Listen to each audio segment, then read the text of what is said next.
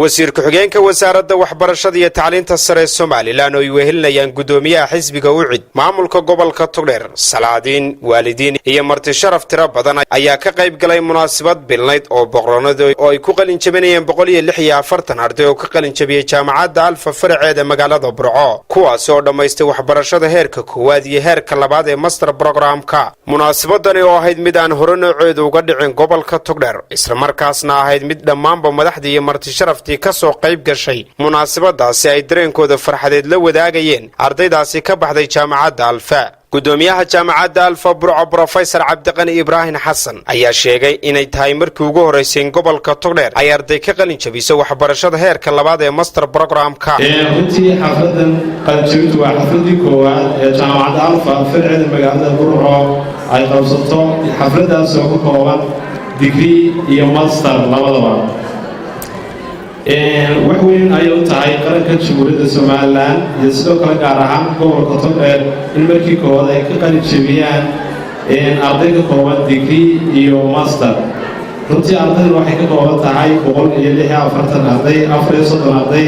ayaa ah master 112 ardayna waa degree gobolka Togdheer runtii jaamacadani waxay u taagan tahay kor u qaadida iyo dawladda baahida waxbarasho gobolka ka jirtay jaamacadda markii la aasaasay magaalada Burco faraceeda runtii looma aasaasin in dhaqaale lagu helo balse waxa loo aasaasay in bulshada la gacan qabto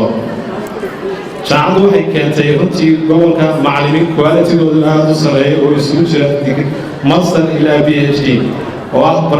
barayaal khibrad dheer u leh waxay dhigayaan sidoo kale jaamacaddu waxay tayeysay manhajka waxbarasho ee jaamacadda lagu dhigo si loo helo arday dhisay aqoon ahaan jaamacaddu waxay soo kale awood u saartay practicalka oo ah kiitus oo itaabsi kulliyad kastana ay leedahay sidoo kale waxaan ugu shaareynayaa ardayda maanta baxaysana jaamacaddu inay ka qaadan doonto macallimiin iyo shaqaalaha intaba gudoomiyaha guud ee jaamacadaha Alfa Somaliland Professor Cabdiraxmaan Maxamed Maal oo halkaasi ka hadlaya hadaladiisii waxa ka mid ahaa sida tan markii aan ku qancay rigtanka guud ee jaamacadaha Alfa natiijadii uu noo soo gudbiyay markii aan arkay dastuurka Jamhuuriyadda Soomaaliland markii aan arkay sharciga jaamacadda Alfa halkan waxaan ka cadaynayaa in maanta ardayda halka ay hor taagan inay buuxiyeen dhammaanba shuruudihii looga baahnaa digriiga koowaad oo waxbarashadoodu ay tahay ama qalinjabintoodu inay tahay mid xalaala maanta laga bilaabana inay ka mid yihiin aqoon-yahanka Soomaaliland 146 arday ee halkan maanta xafladda loogu qabtay ka qalin jabiyay masterate-ka iyo first degree-ga labadoodaba waan marka uu horeeyay waan xabalyeynaa waa baarigaynaa haddii wasaaradda waxbarashada nahay farxad weyn bay ii tahay maanta inaan idin kala soo qayb galo xafladdan qalin jabinta aqoon-yahanka dhalinyarta mudana iyo marwooyinba aad iyo aad bay farxad weyn noogu tahay aad iyo aad baan idinku hambalyeennaa jaamacadihii oo jaamacad Alfa maanta masar u bilowdo tii horeysay Burco masar ka soo saarta ay tahay aad iyo aad baanu jaamacadda u soo dhaweynaynaa aqoonta ay noo ballaarisay Alfa weli jaamacadaha faraha badan ee kale gobolka ka furan jaamacad masar inoo soo saartay kuma jirto salaadiin cuqaal iyo waxgarad tiro badan oo dhankooda halkaasi ka hadlay ayaa bogaadiyey jaamacadda Alfa gudoomiyaha xisbiga UCID injineer Faysal Cali Waraabe ayaa u hambaliyay ardaydaasi ka qalin jabiyay jaamacadda Alfa Burco doonayeen caruurteedii caruurtan isku mid noqdaan oo wada chance helaan doonayeen insha Allah taala marka waxaan mustaqbal fiican baan haysanaa waynu samirteen shacbi fiican baan nahay oo adkaysi badan ilaahay waxaan ka badan ilaahay hoggaan wanaagsan oo subhanahu wa ta'ala wasiir ku-xigeenka wasaaradda waxbarashada iyo tacliinta sare Axmed Xuseen Rooble ayaa dhankiisa bogaadiyay ardaydaasi ka qalin jabiyay jaamacadda Alfa Burco waxbarashadu waa hoggaanka dalka waa hoggaanka horumarinta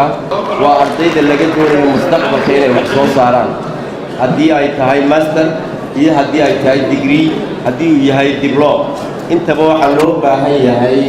inay wax soo saar ay sameeyaan xafiis la fadhiistana uma baahnin wax gacanta laga qabto wax soo saaraynu u baahannahay gabagabadii waxaa halkaasi si rasmiya shahaadooyin lagu guddoonsiiyey 146 arday oo ka qalin jabiyey jaamacadda alfa faraceeda magaalada burco waxaana jaamacadda alfa ay noqonaysaa jaamacaddii ugu horreysay ku taala gobolka togdheer oo arday ay dhammaysato waxbarashada heerka labaad ee master programka marka labaad muhiimada in labada waalid ay garab galay aan la'aantood waxba noqdeen kuwaas maxay tala maanta farxad ay kala qayb qaadan laakiin farxad iyo bogaadin ugu daray barta joogan aan leeyahay cibri dheer iyo caafimaad baan idin rajeynaya aabay kaysa cismaanka ahin iyo hooyada baxsan maxamed cali meel kasta joogtaan waxaan leeyahay hadii karaamaysad sharafteen ugu soo tabacdeen waxaan ku faraxsanahay maanta runtii inaan markii ugu horeysay ka mid noqonay ardaydii markii ugu horeysay shahaadada heerka labaad ee masterta ku qaadatay gobolka togdheer magaalada burco iyo gudaha gurigoodii runtii farxad gaaraba iyo dareen gaaraba noo sameynaysaa ilaahay baa marka hore mahadle waxaan ka qalin jabiyey jaamacadda alfa faraceeda burco gaar ahaan kuliyadda master of business administration annagoo ah kuliyaddii ugu horreysay ee master ah ee ka qalin jabisa gobolka togdheer gaar ahaan degmada burco ee jaamacadda alfa wa maxamed ibraahim british TV-ga qaranka Somaliland burco